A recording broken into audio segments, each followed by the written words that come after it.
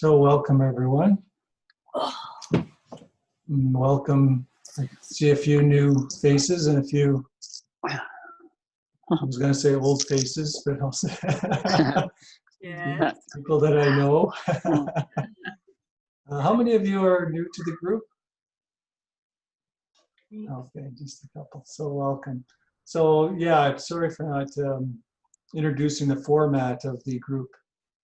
I know one of you at least came in during the meditation, but we sit for 35 minutes and then I give a short talk and then we have a dialogue about the talk or about what's happening in our practice. So yeah, today we're talking about we're beginning a new series on the 7 factors of enlightenment. So it's a brand new series, a good time if you're just coming in to start with us. And it's a very interesting series of talks. Covers a lot of ground, right from mindfulness right down to equanimity and everything in between. And I think I'd really like to dig deep into these factors if people are willing to stick with me on this. I mean, we can have one talk on mindfulness and kind of scratch the surface on what mindfulness is, but we can also get quite in depth in terms of what mindfulness is, what letting go is, what are the attitudes we bring to bear when we practice mindfulness, how can mindfulness be integrated into our lives, how can it be made more continuous throughout our days as opposed to just something that happens in the morning and then in the daytime we're just triggered like every other day. Just so many ways that we can just dive into what mindfulness alone is. And the other factors, so there's 7. Mindfulness is the first one. It's really the root one that's required to start into the process. And they build on one another. So it is a building process with the 7 factors. The second one is investigation. And again, I'd really like to spend some time on this topic because, as one of my teachers said, mindfulness alone is not enough. Or he always says, awareness alone is not enough. I also need to deeply see and understand what is arising so that learning can occur. So this is where the wisdom aspect and investigation comes in. And it's not analysis in the way that we commonly think of it. It's a way of deeply seeing and understanding. And then comes energy or effort, which is another one of my favorites. In a way, it's so important how we bring energy or effort to the practice so that we're not striving or over-efforting, and bringing a tightness. So it's a relaxed attitude to the practice, but also a real energetic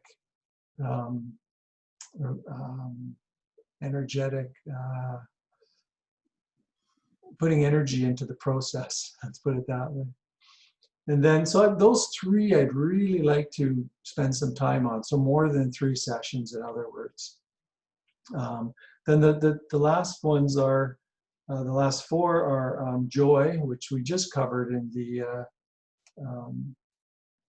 4 Brahma Viharas.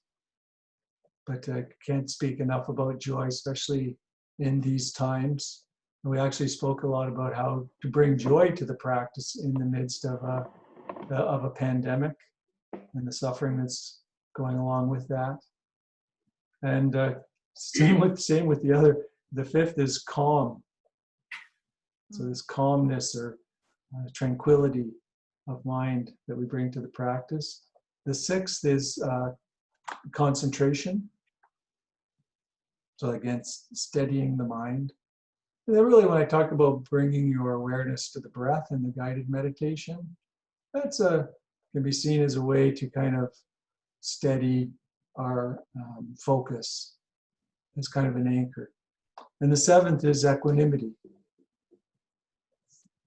which we also discussed in the last series on the four Brahma Viharas, but I'd like to go into that too in a bit more depth.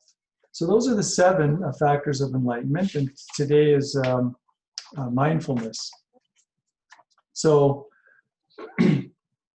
the mindfulness, as I said, is the root or the basis of all the factors. And it's, you've probably all heard, John Kabat-Zinn's kind of definition, being in the present moment, paying attention to the present moment, non-judgmentally and on purpose. I think that's how he basically words it. So he brings in, the key factors, really, setting the intention to practice, doing it with a non-judgmentally, so with accepting whatever's arising into awareness, and all in the present moment to what's arising. So we're maintaining that awareness of the present moment, of the objects, you could say, that are arising into the present moment, objects such as sounds, smells, tastes. If you have taste while you're meditating, of thoughts is the other. So it's the five senses plus thoughts is kind of seen as the sixth sense door. So we're just really guarding those sense doors in a sense and seeing what's arising to them and what's our reaction to what's arising to them. That's it. It sounds so simple. Because that's really all it is. So really, when I start to, as I say, dig deep into this, we're really looking at all the things that can go wrong. It's maybe some of the misconceptions that arise about it, and some of the ways that we can ease the process, perhaps. That's really what we talk about, because the definition of mindfulness itself is quite simple. Because we get carried away by our senses. I don't know if anybody had that experience in the meditation that we just did. Where, the invitation was to simply be aware of whatever arises in your experience and your reaction to what arises. But people might have had all kinds of things happening, all kinds of reactions, all kinds of thoughts that were believed and then acted upon, and story trains that develop and grab your attention for, sometimes 35 minutes can simply be you sit down and a thought train grabs your attention and the bell goes off and you realize you've been lost in thought for most of the time. So that's what mindfulness is, and it's sometimes called bare attention. So it's bare of any sense of having to do anything with it, bare of any commentary, interpretation, decision. It's just any identification with what's arising. So those no judgments, no grasping or rejecting what's arising, just seeing, allowing and seeing things as they are, in moment by moment. No decision, no manipulation. So you're not trying to make anything in particular happen, right? So sometimes, we ask each other, friends and Dharma friends, well, how was your meditation? The loaded question. It was really good. I mean, what does that mean? It could mean that you sat there and you just had this really agitated mind, but you were present with it. That would be a good meditation. Or it could mean that the mind was very calm and was very tranquil meditation. But we tend to think, good meditation means calm mind. But it's not the case at all. That just happened to be what arose and you were present with it. In fact, if you really want to look at the scientific research on meditation, mindfulness meditation, and the benefits of it in terms of creating new neural pathways that are less reactive, more more able to be with what's arising. Then those meditations where you're constantly drawing your attention back are the ones that are the most useful, because you're creating that neural pathway. Every time your mind wanders off, you notice it, you bring it back. You've just reinforced, I should say, that neural pathway of mindfulness. So just a little example I give, sort of. So a mindful person recognizes their own experience, what's arising. So, for example, if a car passes somebody who's mindful, the person knows that the car passed, and they know their experience of the car passing in terms of the feelings and thoughts and so forth.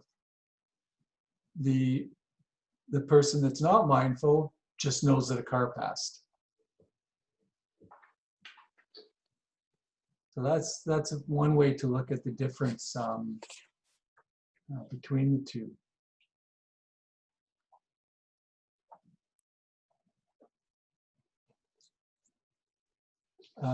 Another way of looking at it is it's mirror-like. It mirrors what's arising. So if you think of a mirror just reflects what's in front of it.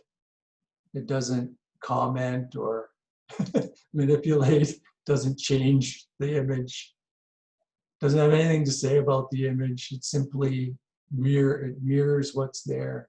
And that's what you're doing with awareness, mindfulness. You're simply being aware in a mirror-like fashion, whatever presents itself in front of awareness. Just simply seeing it like a mirror would. I'm giving you some sort of metaphors or images to kind of maybe grabs you and gives you a sense of it.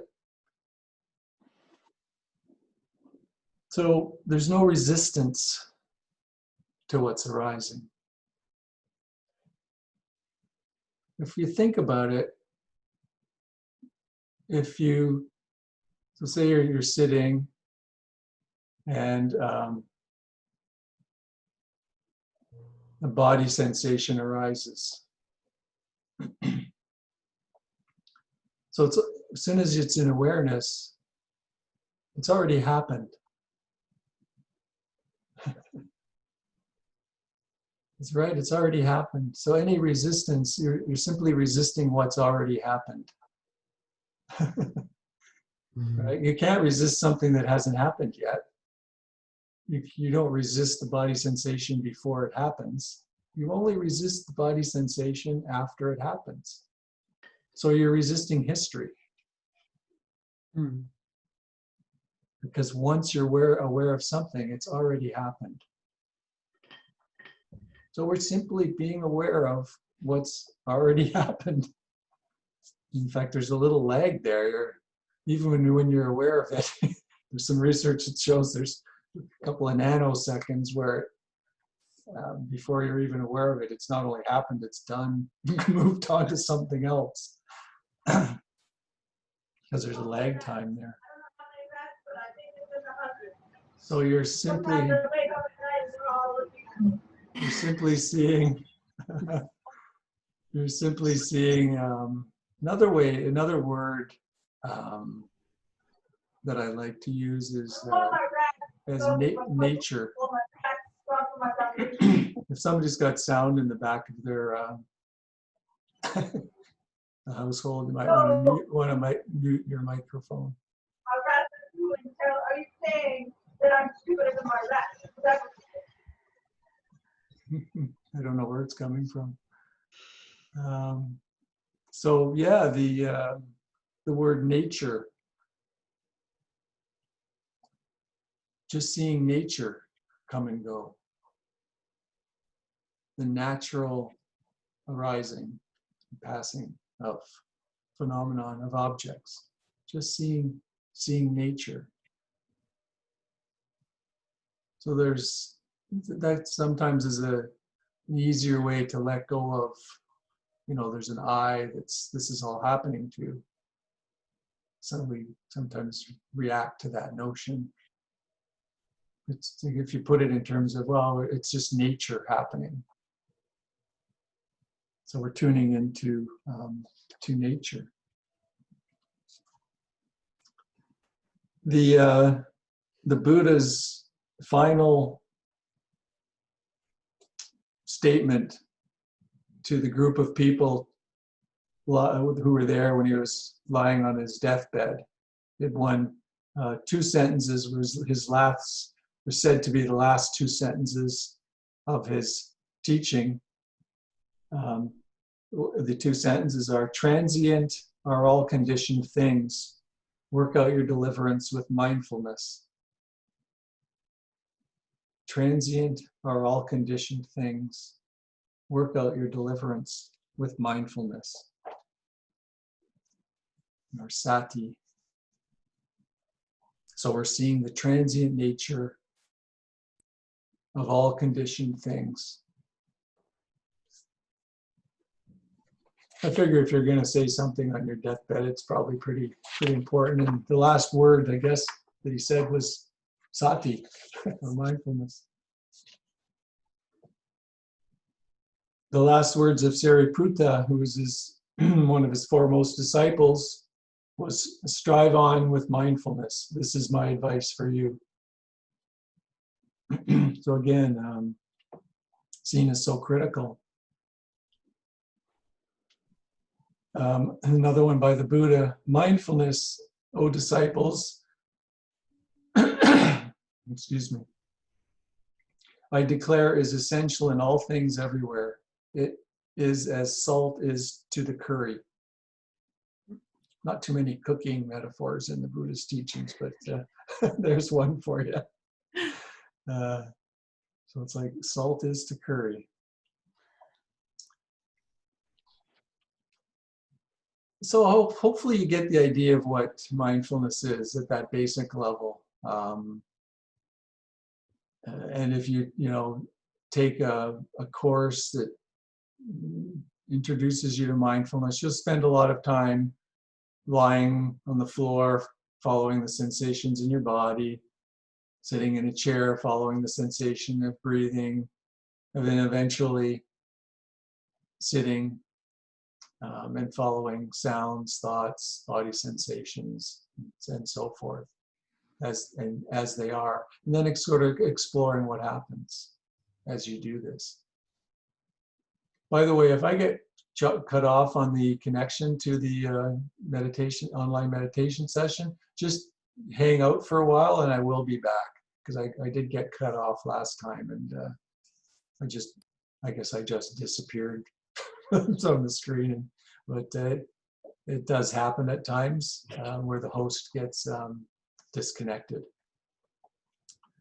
I think a lot of people are using online services at the moment with all that's going on.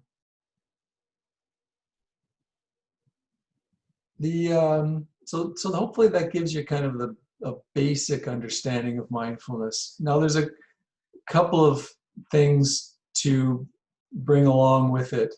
And one is the idea of continuous mindfulness, or mindfulness for extended periods of time.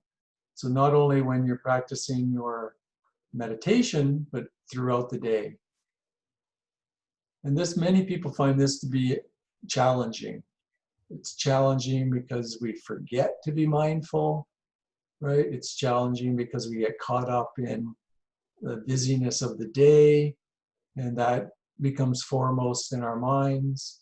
And the idea of noticing what's arising as you're being busy doesn't kind of occur to us, because you can be mindful and busy at the same time.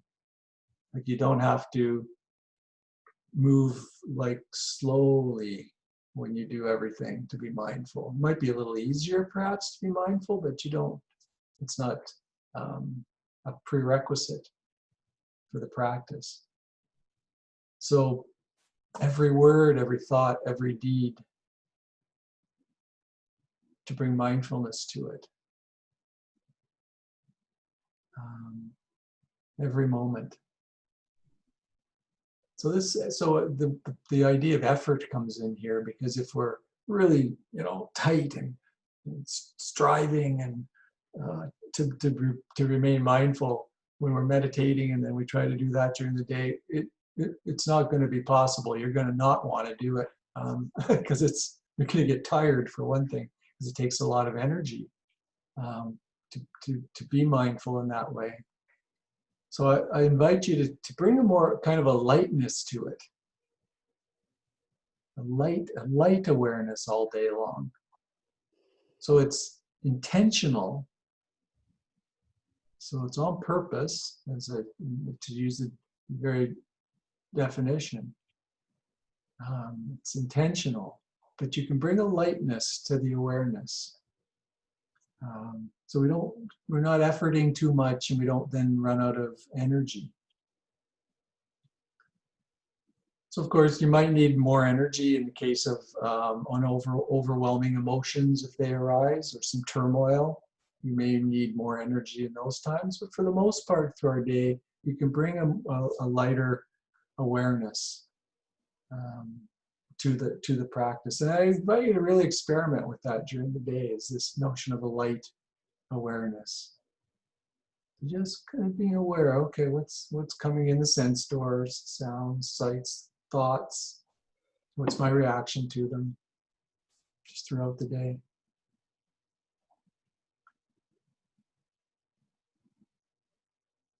And an anchor can be useful for that. So that notion of the breath. The Buddha talked about breathing, bringing your awareness to the tip of the nose. He actually didn't talk about the belly or the chest rising and falling as a place to rest your awareness in the breath meditation. So the way I approach the practice is, when I sit to meditate, I bring awareness to the breath at the tip of my nose. And that is my anchor. And if I'm feeling some turmoil or agitation, difficult emotions in my day or practice, then I bring my attention to my belly rising and falling. Inside my body, bring awareness to the body in a sense. And I kind of look at that as bringing awareness to the trunk of a tree, the root of a tree, if that visual helps, and becoming grounded by bringing my attention deeper, and not the branches, which you can kind of see as the thoughts and the emotional energy that's out. I find it's just the tip of the nose is a little bit close to the branches, so I just kind of find lowering it down to the belly. And of course, Sayadaw Mahasi, the Burmese meditation master, is talked very much about bringing awareness to the belly, and had a big influence on many early Western teachers such as Joseph Goldstein and others, who then brought that Mahasi method to North America. So you often hear about awareness, bringing awareness to the belly. But play around with that.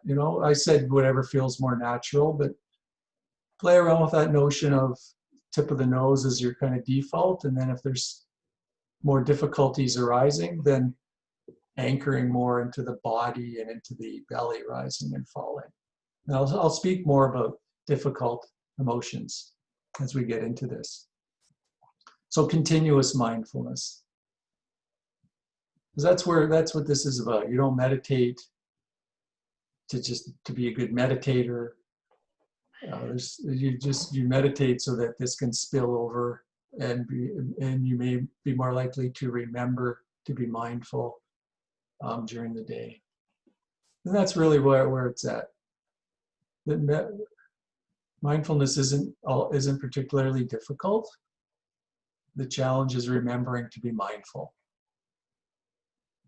That's it. If you can, whatever you can do to remember to be mindful, that's really what will transform and change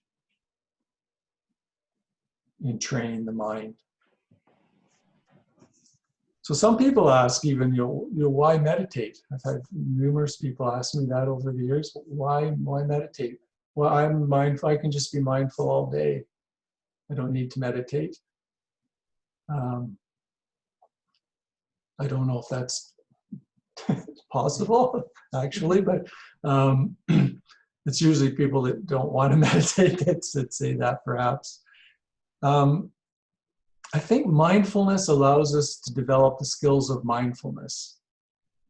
Like the meditation allows us to develop the skills of mindfulness. So you don't learn to play, but you don't learn anything without practicing it. So you're not going to learn to play the piano skillfully without sitting and practicing how to, to play, or any sport or activity that you might be engaged in. There's a certain discipline to how it's done, and we call it muscle memory in sports. It's kind of mind memory in meditation. So I think that's it's like any skill. And it's also a controlled environment.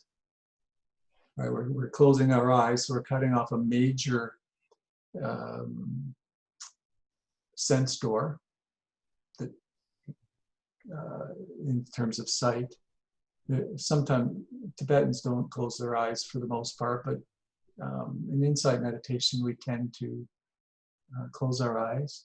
So it's a controlled environment that actually makes it easier to practice, because all you're doing is being aware of what arises moment by moment, non-judgmentally, and noticing your reaction to it. John Kabat-Zinn always liked to say it's like sewing your parachute for the day. So if you happen to need your parachute, it's all nicely sewn, and then your meditation is like sewing your parachute for the day. And I think you're more likely to be mindful throughout the day when you've had a practice. And that's why I tend to recommend the morning as a time to practice. It just kind of resets us for the day.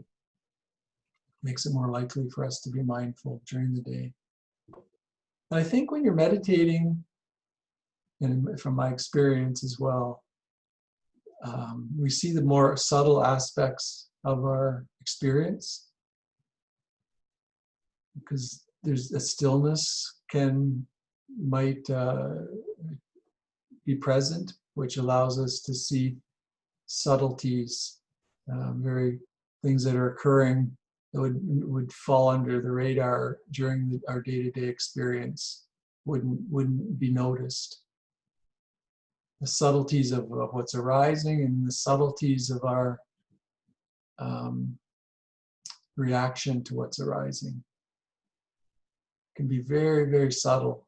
And the more you practice, the more you start to know a subtle level of what's going on in your experience.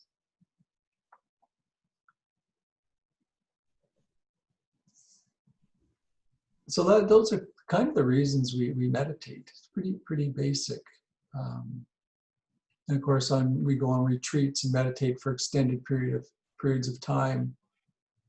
For the same reasons, it allows some settling to go on of the mind, and allows us perhaps to be able to deeply see what's arising.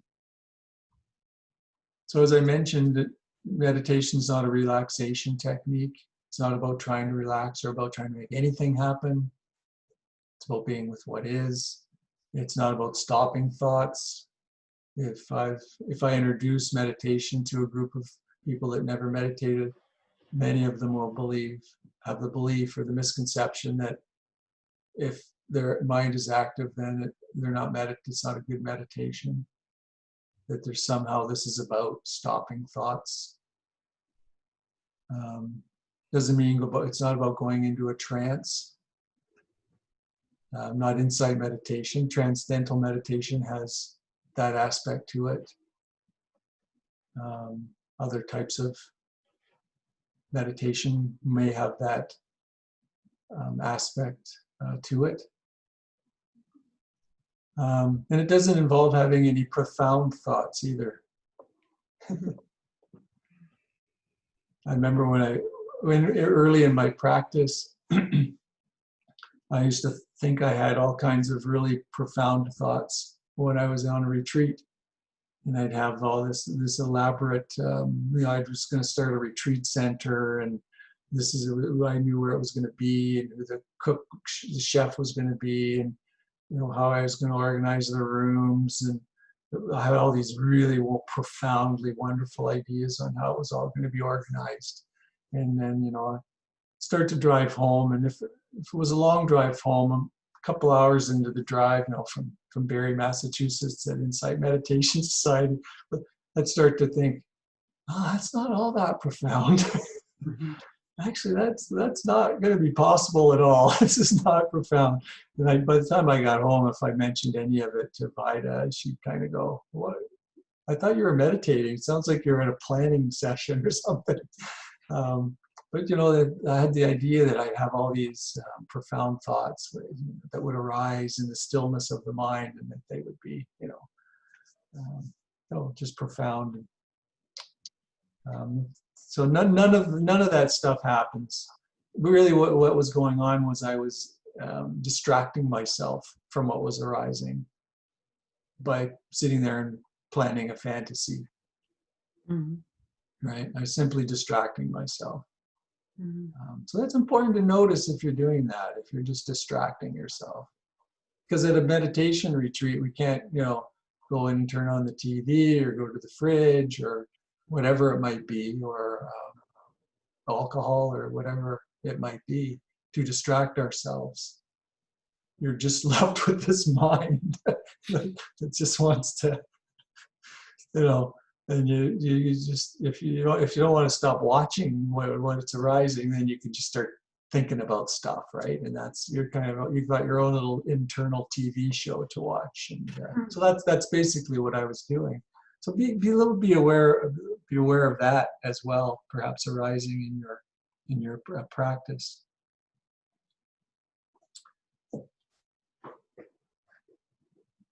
Okay. Skip ahead a bit. I want to talk, and I'm going to talk more about both of these aspects. I'd like to do a whole talk on letting go. So I got an email from someone asking more about letting go and about relating to difficult emotions, difficult thoughts, how to handle that. So I'd like to talk about that as well. So letting go, we hear that so much in this practice with regards to mindfulness. Really, it's just reminding us to let things be.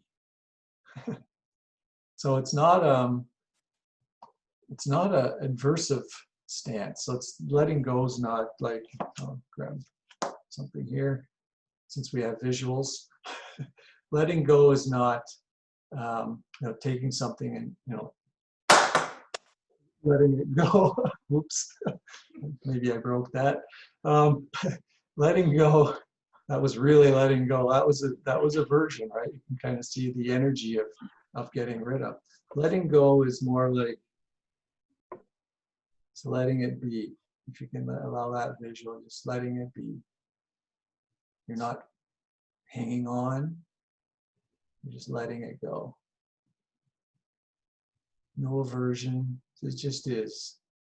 Just allowing it to be.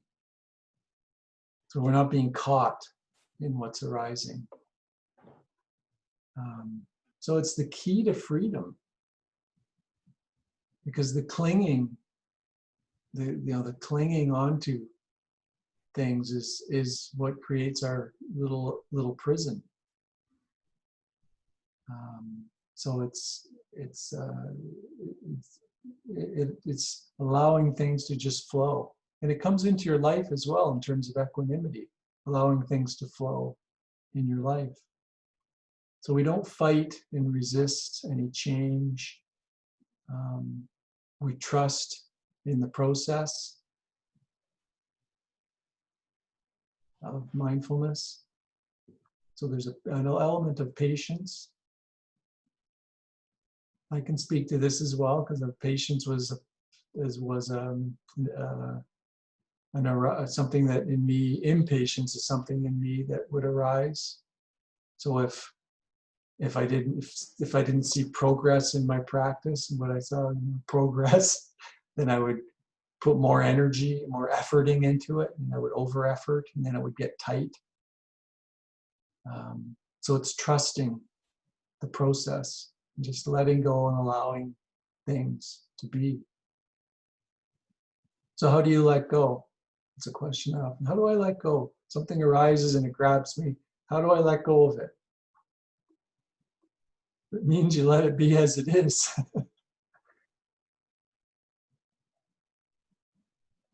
It does not mean you throw it away or annihilate it. It's more like setting down or letting be. And I think also you notice that when you don't let go, that there's suffering. When you do try to, push away or grasp, that there's suffering. You can really start to see that. That's the origin of suffering. So I wouldn't overcomplicate letting go. Keep it fairly simple. And I think if, when a difficulty arises, like for example, with what's going on now in the world with the pandemic, difficulties are arising. I sense in myself, I sense a really undercurrent of stress. I mean, I don't have a lot to do. It's not stress from having to do a lot of things. It's just this undercurrent of stress that I feel, and that's present right now in the world. And so letting go of that doesn't mean I get rid of it. It's not pleasant. So our negativity bias as humans is, well, I just wish this would go away. But the practice is to just be present with it. Be present with the stress that's there. And of course, if it's overwhelming, or something that's arising is overwhelming in some way, then we may have to shift our practice a little bit. We're still not trying to get rid of, but we may have to shift how we relate to an overwhelming emotion. So right now, for me, that stress is just kind of, it's an undercurrent. So I'm not going through extreme grief. Nobody's died in my immediate family. A difficult emotion is something else that we relate to. We may not hold in awareness really, really difficult emotions the same way we do everything else. But we can notice what arises with the difficult emotion. Especially what arises in the body. So an emotion is simply a physical manifestation of thoughts. So you've had some thoughts, which then manifest in the body as usually some kind of tension. We all experience it in a different way, perhaps, how we feel negative emotions or difficult emotions in our body. And if you tune into it, you'll start to see, is it a clenching in the stomach? Is it a tightening in the neck? Is it a tightening in the forehead? Those are common places that people feel thoughts in their body, emotions. So, tune into that as much as you can. You could go into the belly rising and falling, as I mentioned, the tree trunk idea, and actually visualize a tree. I found that really, that's what I did this morning. I had a had a stressful night, just different things going on with regard to the pandemic, and my meditation was just difficult. So I just went to my belly, went to the trunk of the tree, and just was present with what was present in the body. That was my entire meditation this morning.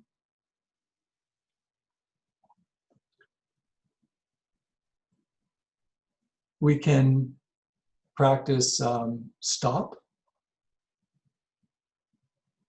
That's T-O-P, which is, yes, actually stands for stop. Then Joanne's going like this. So we could practice stop, which is stop, take a breath, observe, and proceed. So if something overwhelming arises, just pause or stop. Yeah, it's to pause, take a breath, be aware that you're breathing. Maybe take a few breaths. Maybe take a minute of breaths. Take some breaths. Observe what's arising. So we're not shutting down to it. We're observing the full catastrophe, as John Kabat-Zinn would say. Observing everything that's arising. And I would even add an I in there in terms of investigate, to really see deeply into what's arising. It doesn't make for a great acronym, STOIP, but I would, before proceeding, I would add investigation. So the wisdom element is also present. So stop, you've got rain that's out there. Recognize, I forget what the red, investigate maybe, not identify. There's the 3-minute breathing space, you open to what's arising, go to your breath and open to the experience. So there's a few of those, but stop, I think, is a simple one to remember. Stop, take a breath, observe, investigate, and proceed. Now, so that's, you're really bringing mindfulness into a difficult emotion. Now, what about something that's just overwhelming? Then that's where, it's somehow sometimes you need to just dissipate that energy. You might want to go for a run, whatever you kind of use in those situations to dissipate that energy. Chop wood, whatever. Usually it's something physical. It could, not always. Some people cook a meal, something more nurturing. But something that dissipates the energy. And this is not done in an aversive way. It's simply saying, this is too much right now for me to open to it. I'm going to put it aside for another day.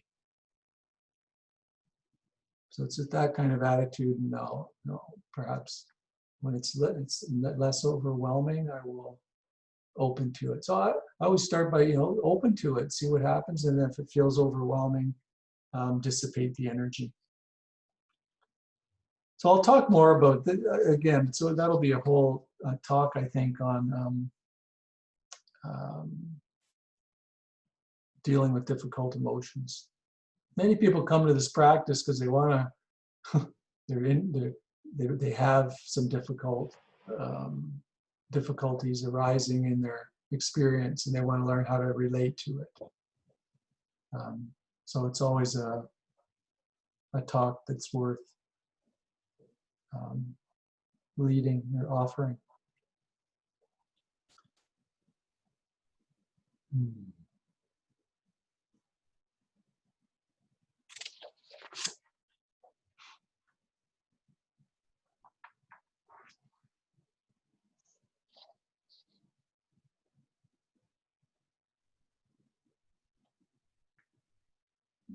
So opening to our experience, noticing our reactions to our experience, not forgetting to do all that. So remembering to be mindful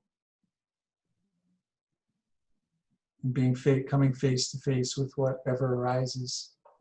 So you're looking at those sense doors, those 5 sense doors, that moment of contact. That's where you bring mindfulness in. I'm going to try something here. I'm going to try and share a screen.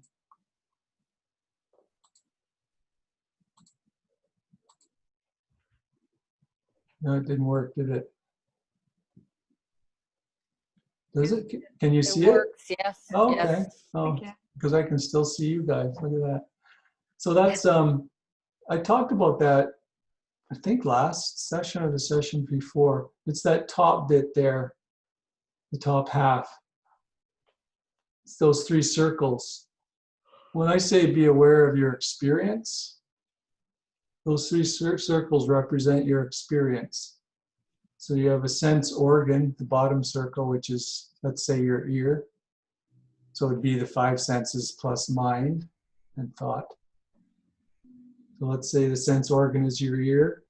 The sense experience is the sound. And then sense consciousness is the fact that you are aware of the sound. So those 3 things come together, you have contact. And that's basically your life, right there in those 3 circles. If one of those is missing, you don't have an experience. If you don't have a hearing organ, you won't hear the sound. Won't be your experience. If there's no sound, you won't hear it, and if you're not aware of it. So there could be a sound out there. You have the ear, but you're not aware of it. There's no consciousness of it. So as soon as you have that sound, sight, sensation, taste, touch, and thought, 6, every time that happens, you have a feeling tone of pleasant, unpleasant, or neutral. Every single time, one of those 3 feeling tones will arise. And that's based on your perceptions of events. So if something may be unpleasant because based on your experience, your memory and history, it's a certain type of music is unpleasant, and so on.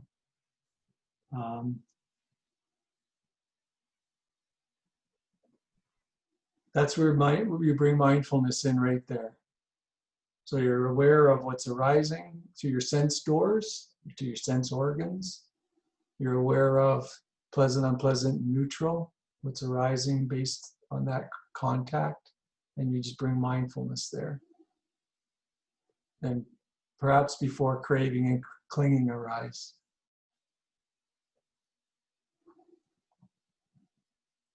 Of course, if craving, your reaction is some craving, then you notice that.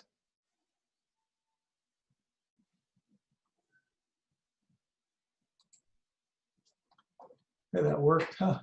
I did an experiment earlier and it worked, so I'm glad. Because I find that diagram helpful, because when I say be aware of your experience, what do I mean, right? And really it's those sense doors, those 6 sense doors that we're talking about, that you're bringing awareness to.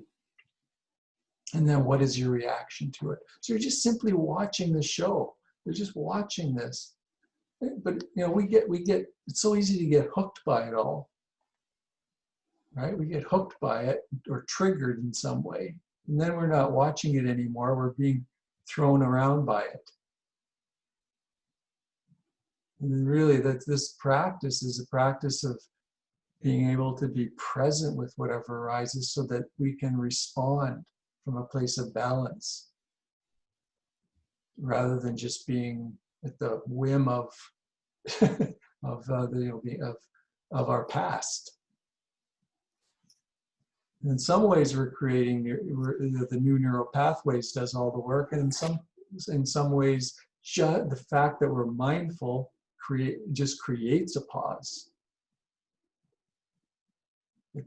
If you're aware of what's arising, there's by definition a pause before there's a response. So being mindful changes what happens next.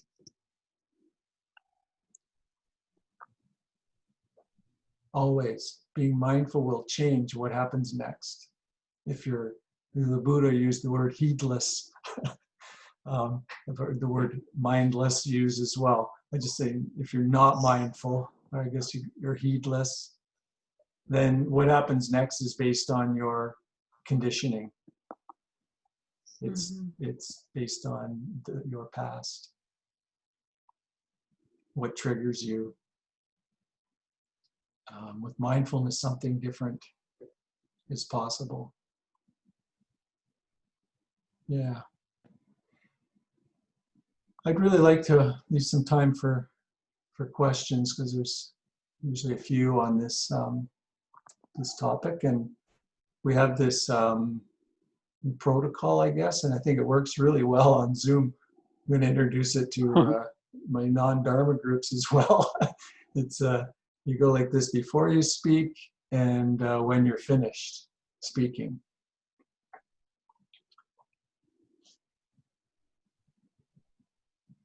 So I'll just open it up for any questions.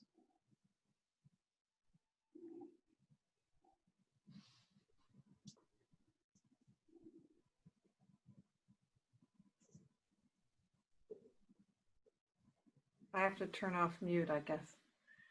Let me unmute all. Oh, some people have muted themselves. So yeah, you have to unmute yourself.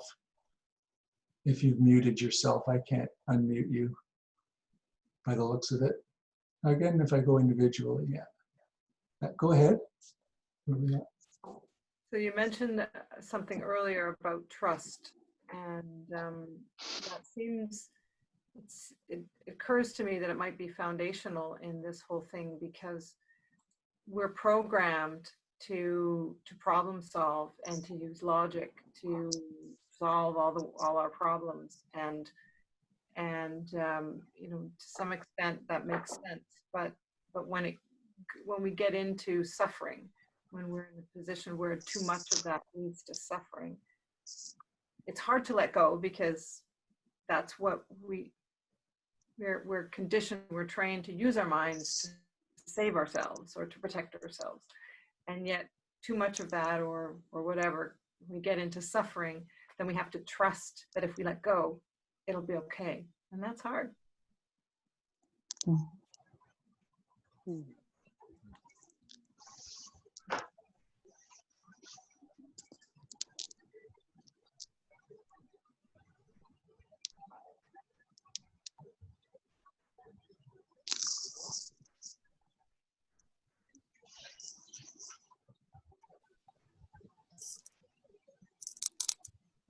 Yeah, and you've really pointed to the wouldn't say the difficulty, but or the challenge. I wouldn't you use either one of those words, but the what makes the process lengthy, perhaps. Why it doesn't happen quickly? Like, why can't you meditate for a week and then, you know, everything be, you know, so you'd find the end, see the end of suffering. And because we've created decades to create this state of mind, it's not something that's going to shift overnight. It's going to take time to see how we're creating suffering, and as you said, trust the process. Especially, I find at certain points in our practice, trust um, is quite important. And you'd think it would be more crucial, I guess. You'd think it would be more at the beginning, but it's actually quite along the path. So the hindrances, they say doubt is the last one to go. And I think that's we start to see some changes, but there's some doubt that then arises in terms of the process. So yeah, there's a sense of faith, in a way, confidence, trust. This not blind faith, not in that sense, but there's a sense of faith that this is a path to a transformation. And there is deep change going on, really deep change. And changing habitual patterns that got us to where we are. Pretty good, there's suffering, but it's the logical mind got me through childhood. I'm still alive. I'm still able to, to practice. It got me to the point where I can practice. So there's, it's hard to see how that can't also solve this kind of more spiritual question. How the logical mind can't then also solve this kind of suffering that's happening at a different level. Yeah, that's a wonderful insight. Thank you, Anita.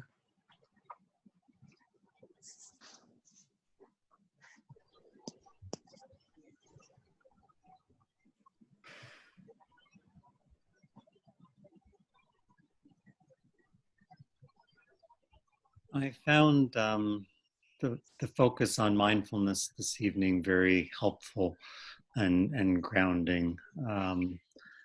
I've been finding the situation, the pandemic, everything going on, very difficult. And I've been finding a huge amount of resistance within me.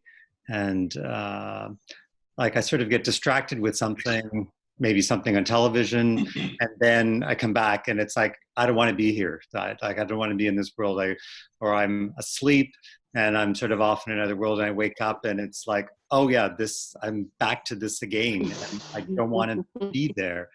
And I think what you said about letting go, the focus being letting it be as it is, it just reminded me that's not what I'm doing. I'm sort of looking at it as a letting go. I shouldn't be feeling that resistance. I shouldn't be pushing that away. I shouldn't be sort of angry, and I'm judging myself for doing that. And the reminder just maybe to soften, take a lighter approach, and just try and let it be just as it is. I think that's a helpful thing for me to focus on.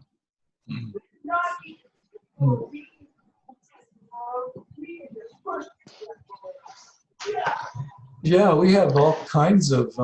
I just love all the different noises and stuff that happen when you do these. I just love it. we're like we're in each other's homes, right? It's kind of what makes it. So I don't mind at all. Dogs barking and it's. Your groceries being delivered or whatever it might be. Yeah, I find my emotional state is heightened in all directions.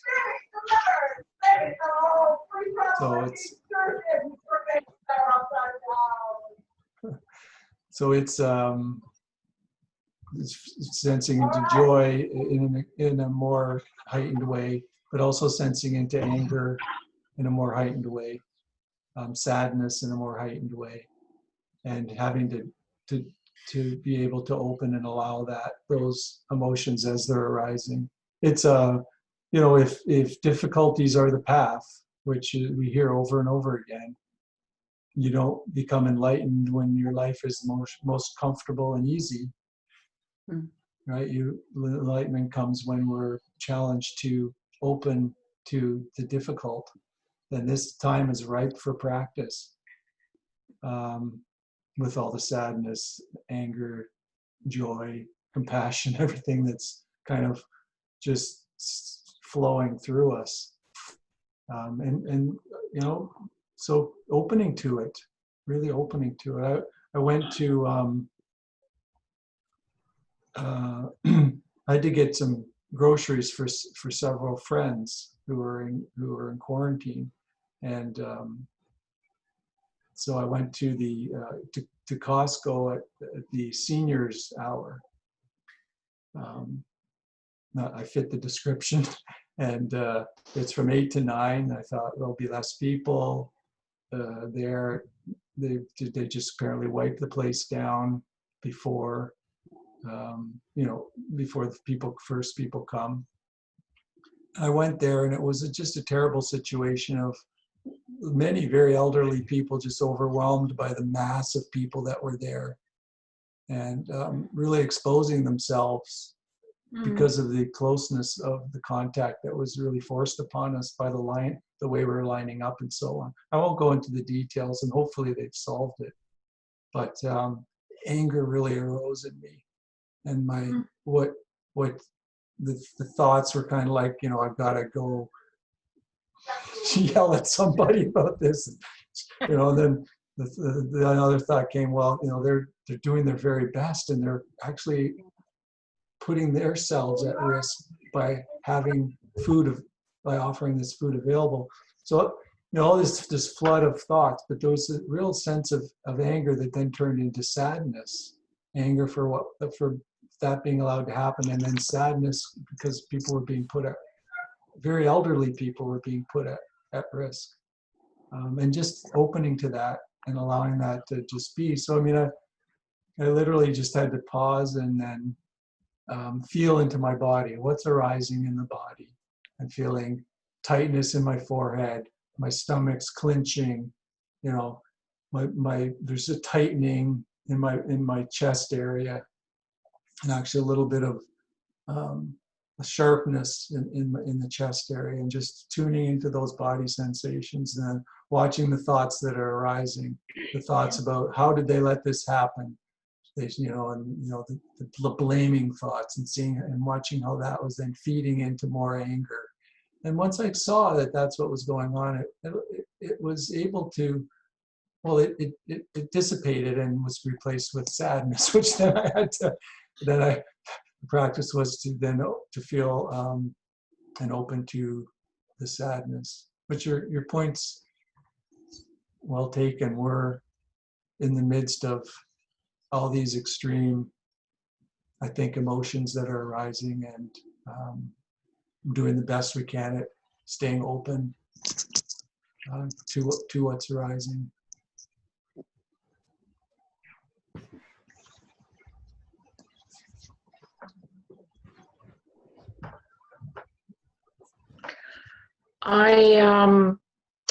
I hope I understood this correctly. As I understood, Stephen, what you were saying was that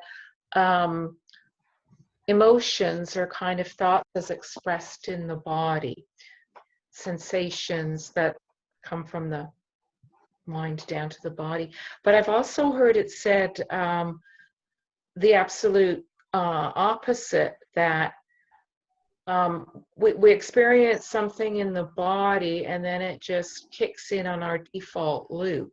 So I may be experiencing some whatever tightness in the chest, which then the mind becomes aware of, and that's, you know, that's that kicks into the default loop of the old stuff, rather than, oh, I'm frustrated with the Costco experience.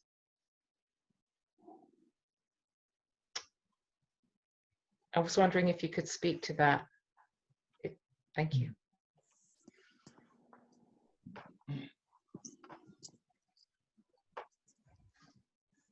Well, I guess, to quote the Buddha, mind is the forerunner of all things. It's one way to, if you have a sensation in the body and then it's noticed and there's a thought about it, and then an emotion comes, it's still the thought, I think, that brought about the emotion. Thoughts, I mean, what, you know, we don't really have to figure out at a scientific level what an emotion is. I think we just for this practice, have a felt sense of it is enough. But I think the practice of, or at least, and I'm not the only one that finds this helpful, it's kind of the way that in this practice that we relate to difficult emotions is to go into the body, to see how it's manifesting in the body. This is kind of the first step into this. And then, looking at what thoughts are arising that are feeding it, are feeding the emotion. Because if you go into the body and then there's no additional thoughts, emotion will dissipate pretty quickly. It needs a story to feed it. It really does. It needs a storyline, someone to blame, someone to, it's usually the case, or you blame yourself perhaps, or the sense the thoughts of fixing something. Those thoughts actually came up too. How would I organize this, differently? So the fix-its thoughts come up. Depending on your mind, different thoughts arise, and that feeds the emotion. So I think if we can just understand it at that level, where it comes from initially is maybe not as important as what's, where do we bring our attention when it does happen? Just to start out that way, at least. Make that the practice. Where do we bring our attention when a strong emotion arises? To the emotion, and then if that's overwhelming, then we can dissipate the energy.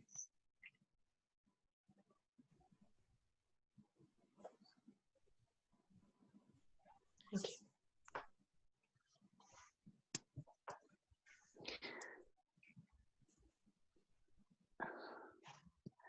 So I often find that when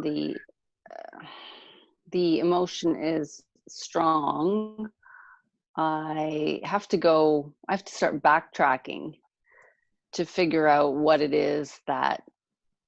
was the thought because that thought was so quick and fleeting that I've missed what's happened, and I'm already well into the action before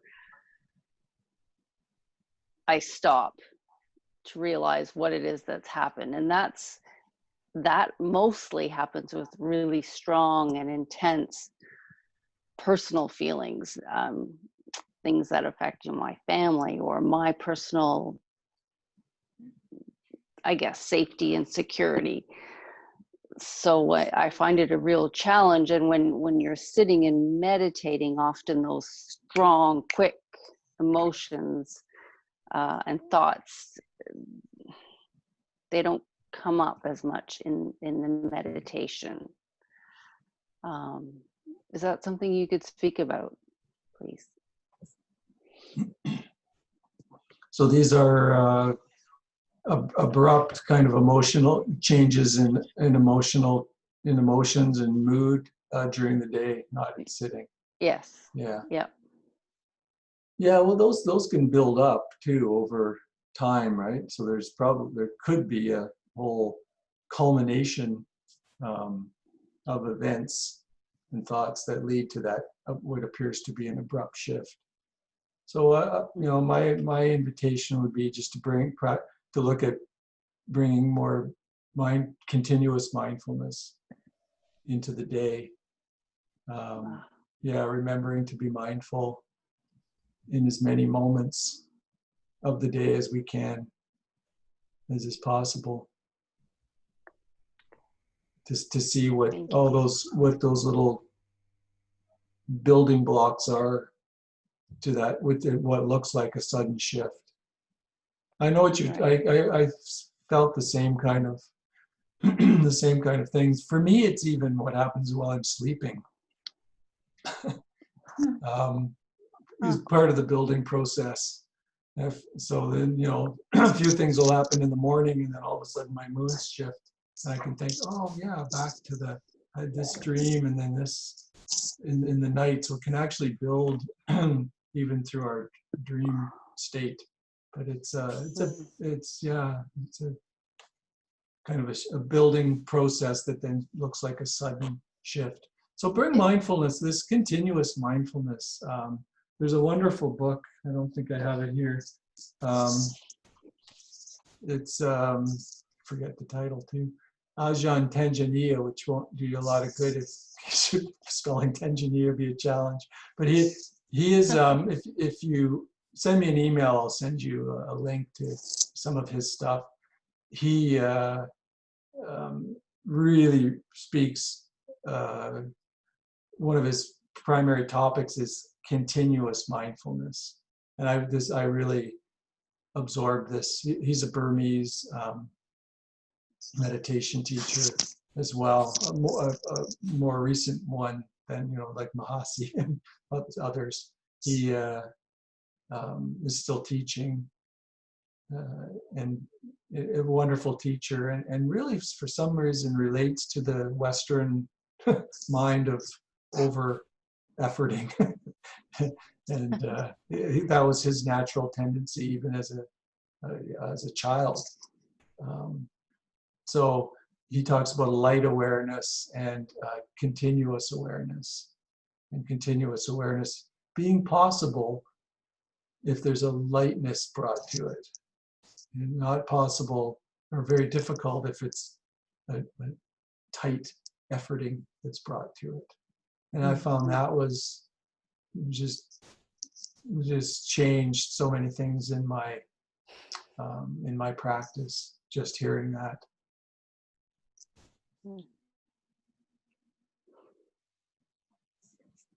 Thank you.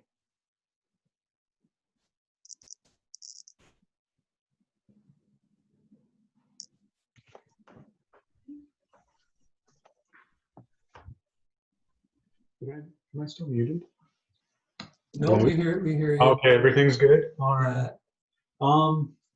Yeah, unpleasant. That's been my BFF right now. Whole lot of that going down. And then one of these things that's helped me, I was listening to another one of my teachers is doing Zoom broadcasts, so I was listening to Vinny out on the West Coast and on Friday night, and he dropped this phrase, and it was just a gem, and I really wanted to share it. And I've been coming back to it so much when that wave of unpleasantness arises. And it's, what expectation of normal did you let go of today? Did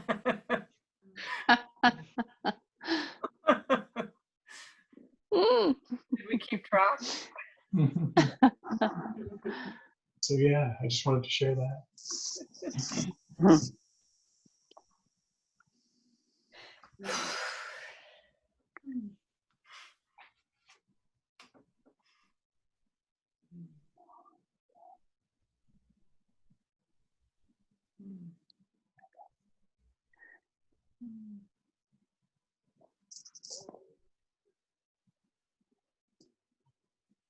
Thanks, Micah, for that. I really like that, and I was thinking, I was sort of struck by it, and I thinking, why do I like that? What is it about that strikes me? And it's I think I can see, first of all, it's kind of funny, but it's also very, very helpful, because we've just talked about mindfulness, and then we have this sort of question, this really, really hard-hitting and fundamental, foundational question, which really brings us to mindfulness. So it's an excellent question, because it really brings us back to awareness, and it has everything in it to me. It's talking about, what's going on. It brings us to awareness of the fact that what's going on is not normal, and that we have to let go, with lightness.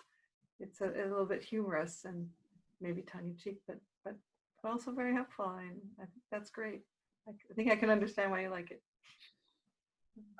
I'm gonna think of that one too. Thank you.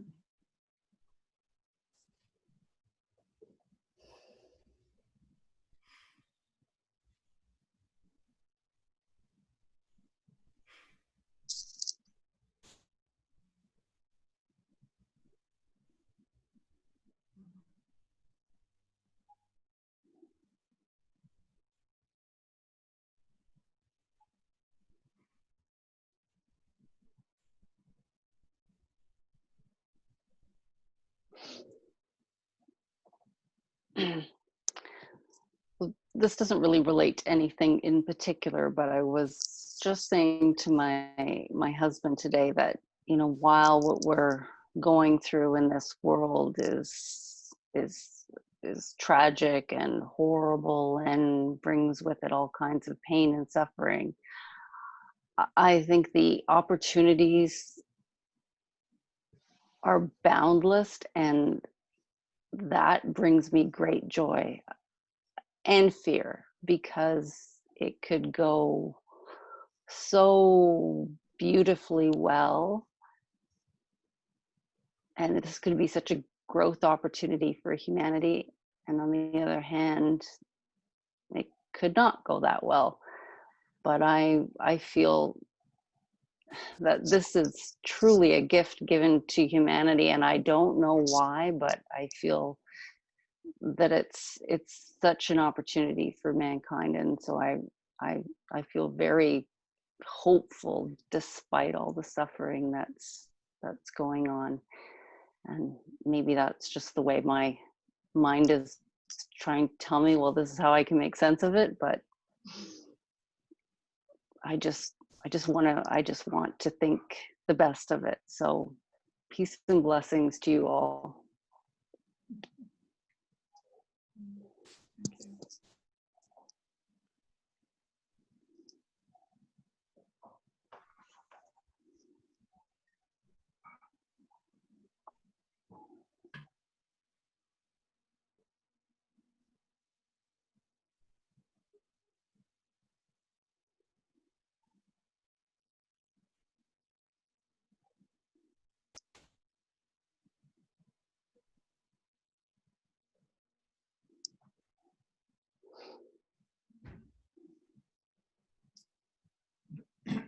Okay, I'll end it here with a thank you to everyone for showing up for this. And what we are experiencing right now is our new normal. And wanting it to be any other way is a resistance to what is. Doesn't mean we don't do our best to keep ourselves safe and those around us safe, but we are opening to a different way of being in the world. And we can do so with compassion and kindness and love and sadness and anger and everything else. The full catastrophe of emotions and thoughts that are going to arise with this. But really take it as a blessing, as you said, in the sense of really a chance to practice. There's so much to practice with, and for some of us, I'm not saying all of us, there's more time to practice. My minutes per day of practice is skyrocketed. So it's and then opening has allowed me to open to all this variety of what's arising with it, with what's going on. So I hope to see you all next week, and thanks again for showing up to the online session. It brings a lot of joy to my life to be able to do this and to be able to see you all in your little boxes at home. And to hear your laughs and every smiles. Yeah. So thanks. Okay, thank you. Right, Thank goodbye. you. Thank you. Thank you. Stephen. Thank you. Well. Good night. Good night. Night. Good night, everyone. Night, everybody. Stay well. Uh-huh. Mm.